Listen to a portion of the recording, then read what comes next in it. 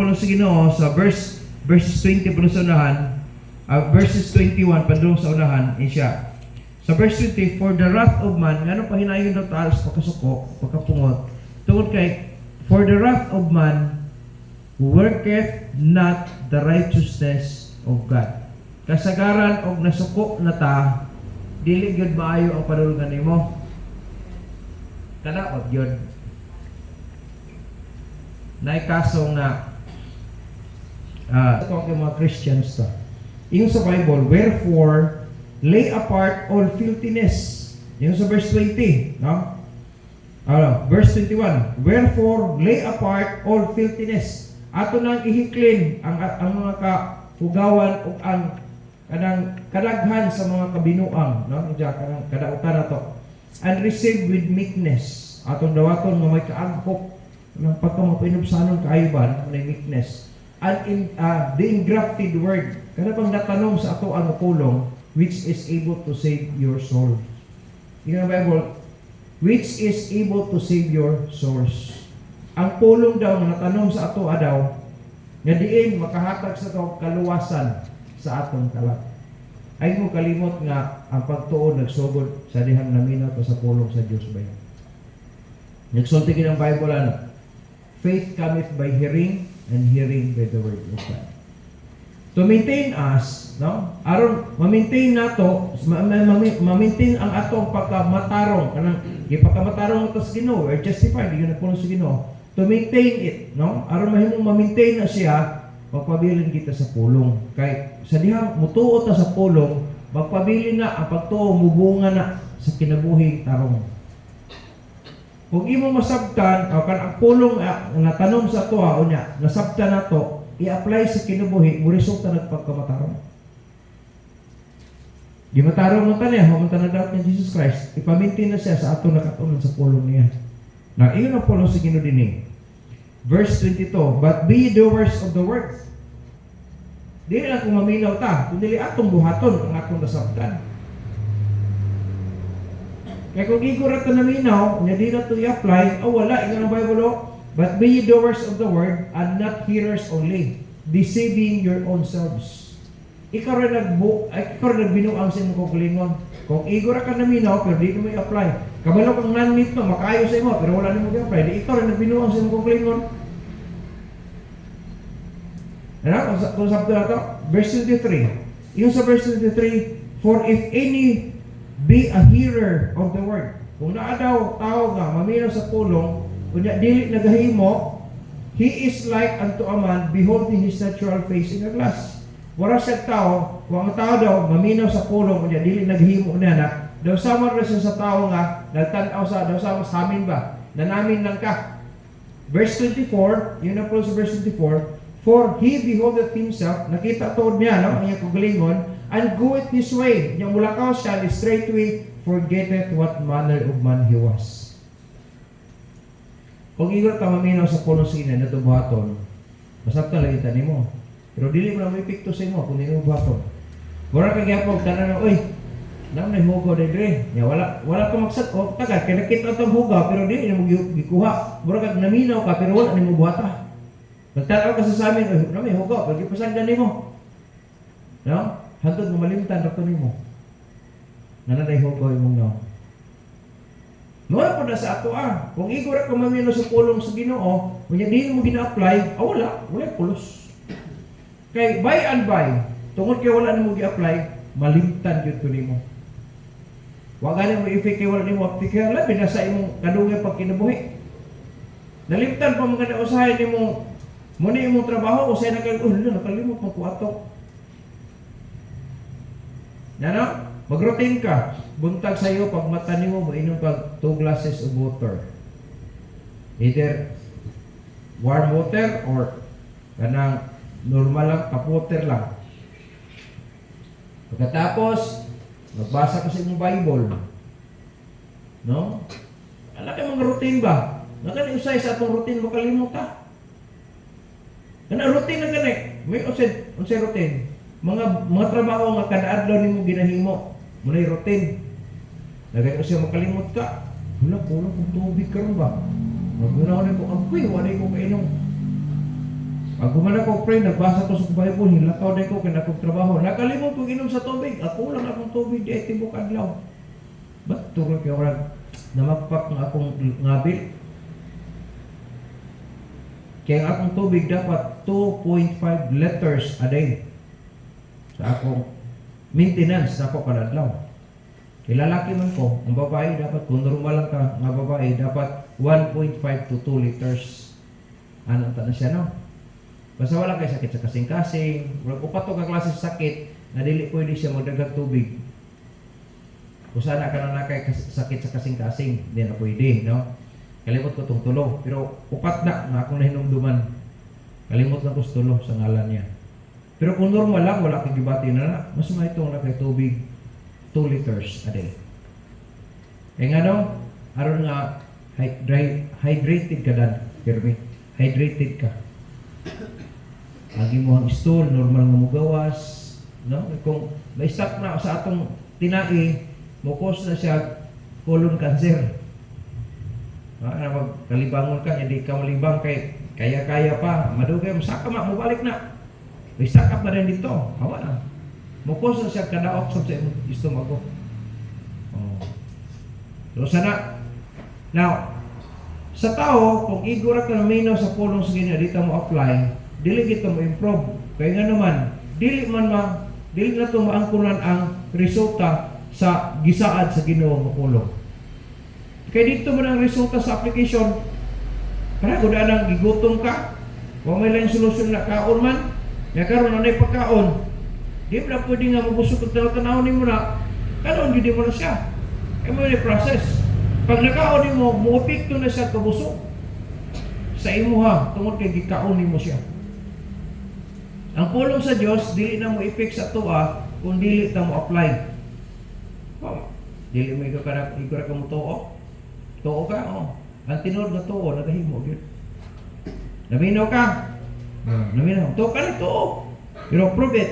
Hindi ang problema kana pag-prove sa imong gituohan. Na din yung mga igsoon, yun ang pulong sa Ginoo sa verse 25. Nasa ang conclusion diya. But whoso looketh into perfect law of liberty and continueth therein, he being not a forgetful hearer, no? Kung ang tao daw, no, iyang mo kita ang hingpit nga balaod sa kagawasan. Unya magapadayon siya niini. Siya, he being not a forgetful hearer, siya daw nga tao nga dili na nalimtan ang iyang nadunggan, kundi iya hinong gihimo, no? Doer of the work. Siyempre, kung imong buhat mo resulta ng action, no? Action. This man shall be blessed in his deed. Diha ka panalanginan kung imong gihimo ang imong napaminawan. May action inani. The danger, quick rin the danger of not doing the work. No? Ang kakuyaw na sa kanang igura ka naminaw pero dili ka nagbuhat. Tulo ka butang. Number 1, is you are deceived of your own self. But pasabot, nag-ilad ka sa imong kaugalingon. Sakit kay pamalandungon, kanang mailat ka mga tao, glagot yun ta kayo, no? Ingon pa tong bayaw ni Pastor El, kalagit anak kanang ikaw mismo nag-ilad sa imong kaugalingon.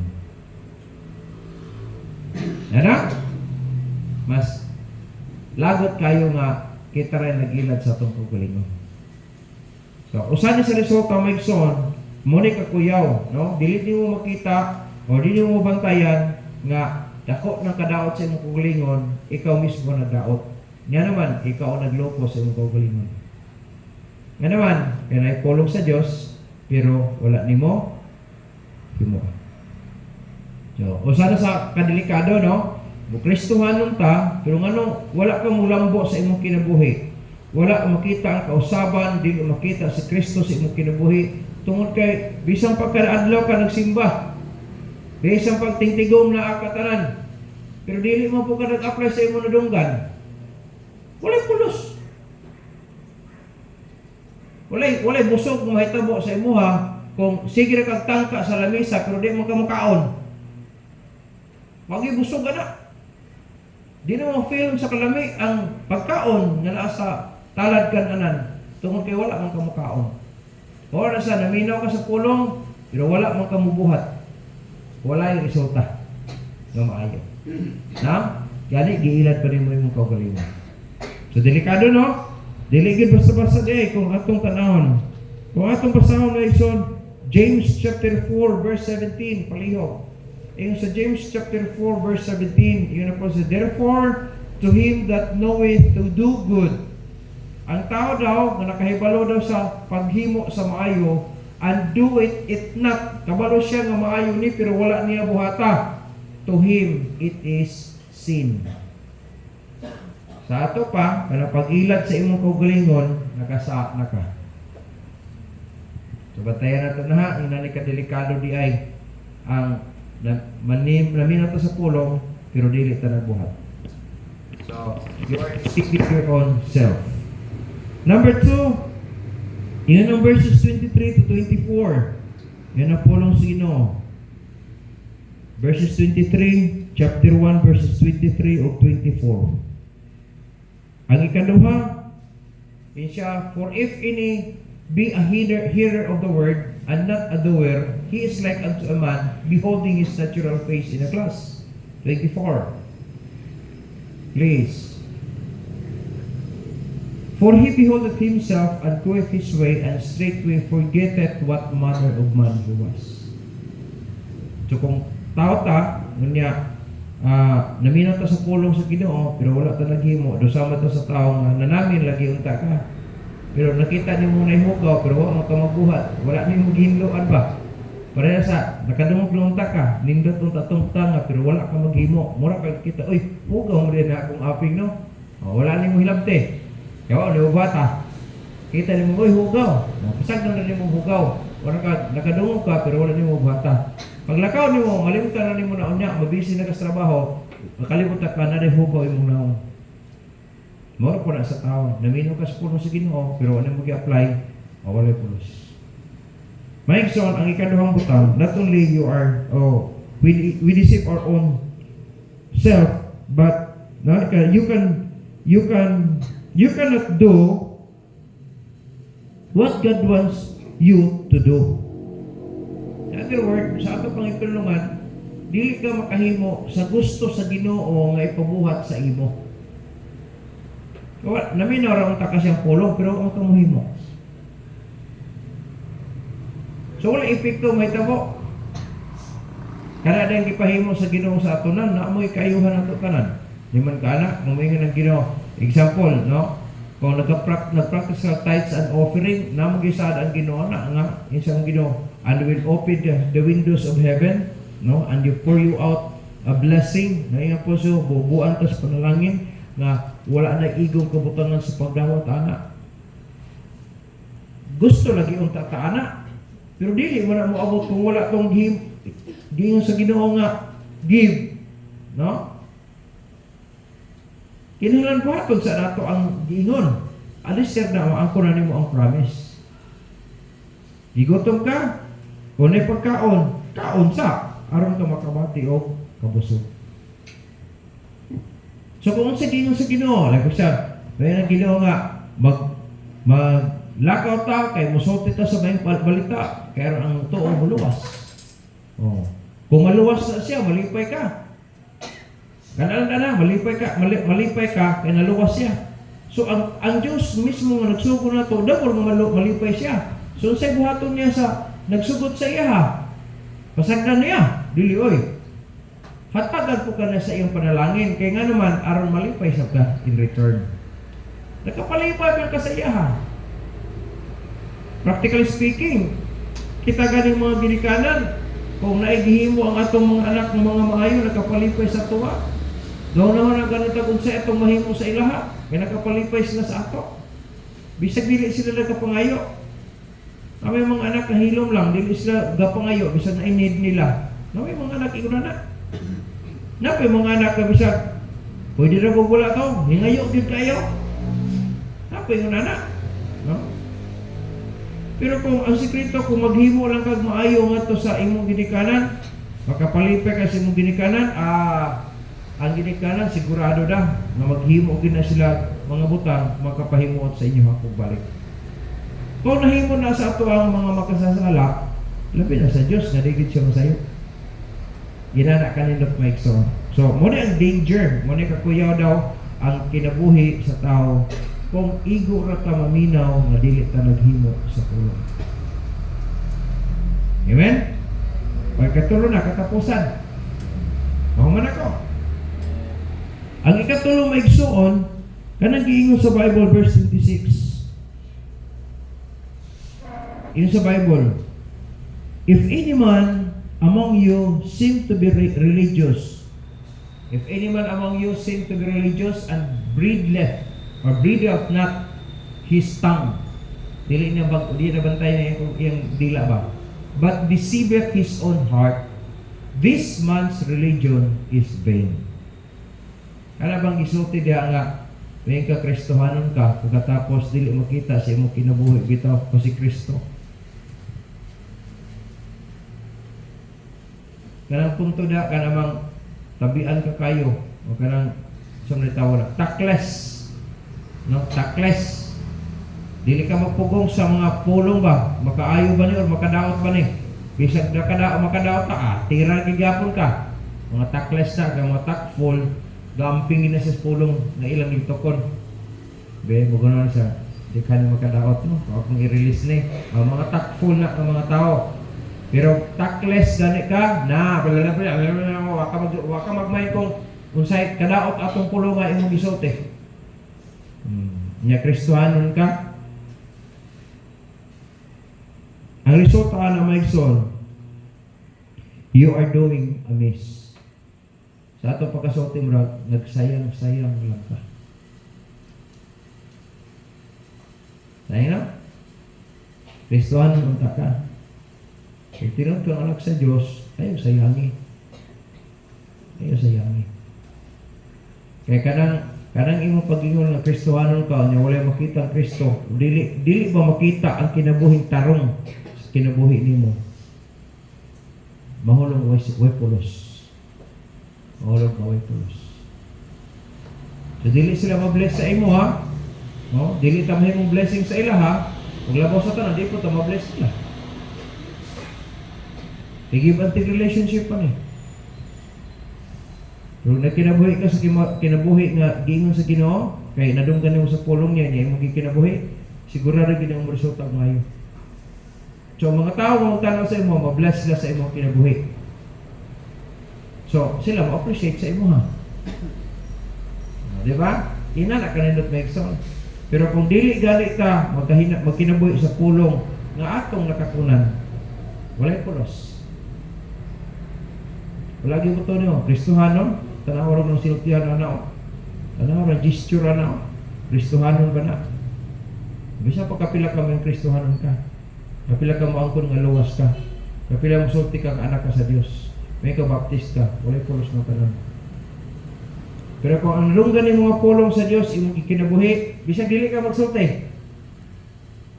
Pag-observe sila sa kinabuhi nimo. Ngina na kanindot na exam. Ang pinaka the best na minuto sa pulong sa Ginoo, nag-apply ka ani. Kay dili na magdugay, wala siya gid na og maay. Wala ko nakita sa Bible ever since, no? Makasave nako, gibasa na ako ang Bible since Genesis 1 verse 1 down to Revelation chapter 22 last verse. Wala ko nakita diha. For many times na kung gibasa ang Bible, wala ko nakita diha ang tao na naminaw sa pulong sa Ginoo, na nag-apply sa pulong sa Ginoo nga daot. Wala ko nakita diha. Lain yung mga tao na naminaw sa pulong sa Ginoo pero wala nag-apply sa pulong sa Ginoo, daghan nga daot.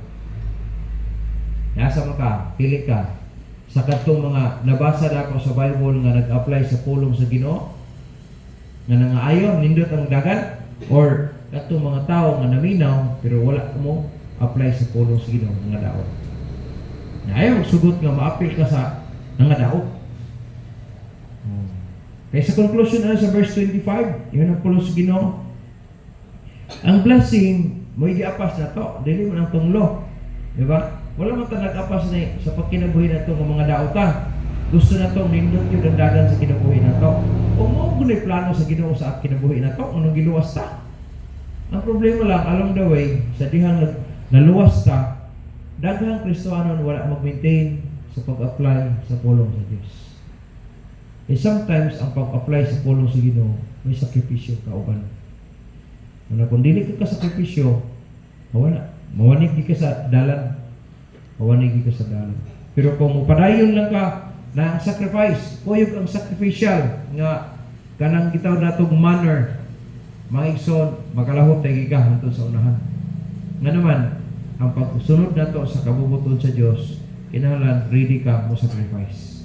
Kaya kung dili ka kawal mo sacrifice, maglagot ka, kaya magtuman di ka sa imong gusto, ingat ang Colossians Romans 8:28 for all things Romans 8:28 for we know that all things work together for good. No? Ang purpose sa Ginoo, kung na yung mga butang nga gusto ta nimong buhaton pero supak sa kabubuton sa Ginoo, ayaw kasuko. Kung dili man niya i-grant sa imuha na karon, kay nakita niya nga mas damuro nindot pagid ang kinabuhi nimo unya kung kini imong mandan ay imong mabtan. Lagi mga purposes ang Ginoo alang tanan. Usahay, gusto nato nga pasundo nato ang Ginoo sa atong gusto. Wrong ginamaigsoon. Ang insakto anak, kanang imong kagustuhan, i-align sa kabubuton sa Dios. Kaya kung kabubuton sa Dios, matuman din na. Pag dili mo sugot ang Ginoo, ay kasuko. Ako na narabo kay proiba na nga mapistuhanon, nung backslide sila, ikalaban nila ang pastor. Kaya nga naman, ang pastor, ingon ang Ginoo daw nga, kuhan, manalangin niya, nga di man. Maigsoon, yun na niya, bisan sa atong pagpamuhat, bisan kung nagpakita kayo, nagbuhat ka, ha? Nagbuhat ka, pero ang kanang imong sud sa kasing-kasing, wala na makita sa imong mga kauban o sa imong pastor. Pero ang Diyos nakakita, anak, unsay motibo nga naghimo ka. Anak, diya ta mo diferensya. Eh kung ako maghimo ko, bisag ako na lang isa. Di ko malain, ako nabilin diya, ako naghimo, anak, kaya nga naman, naghimo ko para mas Ginoo, dili aron ino ko sa mga tao. Dili aron daygon ko sa mga tao. Bahala ako na lang isa, bahala ko yung tabang nako. Nga naman, ang akong motibo na makapalipay ko sa akong Dios. Na kung ikaw maghimo ka anak, no, para tong dito sa iliyo to muna. Ang pingi. Ano mahimo ko ani? Para malipay ang Dios. Isa lang. Kay kung malipay lang ang Dios, sigurado malipay gid ang pastor anak. Di man ko si Jonah na naghimo og repentance ang mga tao, hiinlayin sa kabubuton sa Dios, nasuko siya. Ako, lipad ko kayo mga Kristohanon rin, hiinlayin sa kabubuton sa Dios, lipad ko kayo, anak. Dili mo ko si Jonas na nasuko, kung nagrepent ang mga tao. Kalipay na akong mga luwas ay. Abot mo kong Manila dito, gipahandol ko Bible study, bisan tulog ilang ko fluent sa Tagalog, pero nakahuman ko grasya sa Ginoo. Pero tabangi ko, na ma-impose na ko ang gospel, kasabot ng mga tawhana. Kung man ako Tagalog dito, pagkahuman ako, hiingon nitong inahan. Pero mga Tagalog ito, mga kuha niya, mga kauban, doon sa nga. Dipulog mo ko gusto. Pasabot kung mo Bisaya ka. Pero kita na talaga, mas naghan mang di kasabot ang Bisaya. Nasya naman. Oo. Kasabot sila. Pero giminti na nila, Bible study. Ako ang opening ato kibali. Pero ilah ako itong Bible study kibali. Ako lang naka-open kibali, ako mag-ipahandol. Nag-open sila sa ilang ining bagong balay ba? Maghatag kibali. Ako pa si kasi, nga nung muhimo ka? Nga nung sakripisyo ka? Nga nung muantos ka? Siguruhan ninyo ang motibo nga naghimo ka ani. Dili aron mo pakiluoy tas tao, dili aron nga malipay ang atong Dios. E kung insakto ang motibo nato, gipanghimo nato magamay man ug madako, no? Bisa sa amount, magamay man ni or madako ang amount, basta ang imong motibo insakto, sigurado gyud nga ang Dios malipay ana. Ug sa panahon nga malipay ang Dios, mabulahan ka. No, dili gyud mi nga thank you anak, dili. Wala gyud nabasa sa Bible nga mag-say thank you ang Ginoo kung maghimo tag mga maayong butang, dili. Ang himuon sa Dios, mubukti siya sa mga butang nga makapalipay sa ato. May mo nang inutang, thank you. Diba? Kung namahatag ta o natin gihimo nga mga niya, inuta sa katong tabang, salamat kayo ha. Diba? Malipay na tala no? Pero mas labaw na yun na itunol sa tuwa nga, pahalipay sa tuwa. Nabatayan yun ha? Lahi ang kalipay na ipasalamatan ta. Pero na something na ipaabot sa imuhan, pero lahi po na yung kalipay na. Pero pareha na ang term kalipay. Nga value sa kalipay na ihatag niya sa imuhan. Dili siya, thank you anak, thank you dili. Muhimo siya sa pinaka-the best na makapalipay balik sa imo. Nga naman, nakapalipay ka sa iya. Muna ako nasabtan sa Bible. Since 1992, pagka-save ako, hantod sa akong panahon karon. Wala din ko'y nabasa sa Bible lang na ingro, thank you anak ha, wala. Pero sa dihang naghimo ka, nakapalipay ka sa iya, buktian ka niya na makapalipay sa imuha. Muna yung ato nakita sa Bible. Na magmatter na sa ato ang bless, sa atong motibo. Now, in closing, yung sa verse 25, chapter 1, verse 25, mutapos na ko, ang closing, yun ang Bible, but whoso looketh into the perfect law of liberty, and continueth therein, nagatutok daw ka sa mga butang, no? Sa hingpit ng kagawasan, yun po, balaod sa kagawasan, magpadayon daw ka anak, kanang imong nasabtan ng polosin niya, imong kinabuhi na siya, he being not a forgetful hearer, di niya na malimtan. Pareho sa bata nga na-training mo sa paggamay hangtod pagkadako di na mo biya anak nga naman naanda na niya. Ina pa resulta sa ta. Then but a doer of the work, no, nagahimo kag padayon siya. This man kana daw nga tao shall be blessed in his deed. Diha ta panalangin sa Dios. Nangandoy tag modulin dilat ko ta sa kay kinabuhi maigsoon wala nas paningkamot na to. Naana sa grasya sa Dios. Kaya bisa kung saan ito paningkamot, kung ang Diyos wala malipay, ato lang ugangan, akong bayaw, sa atong mga panahon, nadaghan kay kupitin siya ang pulong sa Diyos. Na atay Messenger, na Facebook, na Instagram, na uban pa mga butang. Tapos dapat tayo trabaho, ang atong trabaho, mo bira sa ato ang mabisi, wala tayo panahon pa kung malandong sa pulong sa Ginoo.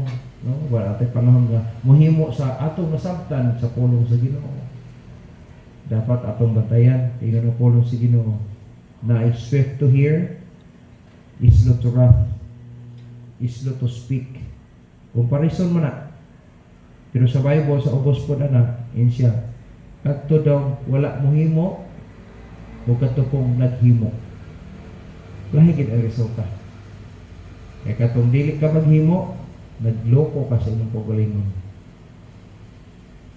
Nag-ilad ka sa imong pagalingon. Dili ka nakahimo sa kabubuton, dili ka nakahimo sa gusto sa Ginoo, ipahimo sa kinabuhi nimo. Unya ikatulo, nagsayang lang ka sa imong kinabuhi. Well, may resulta anak, pero wala ka ma-apply sa pulong sa Ginoo.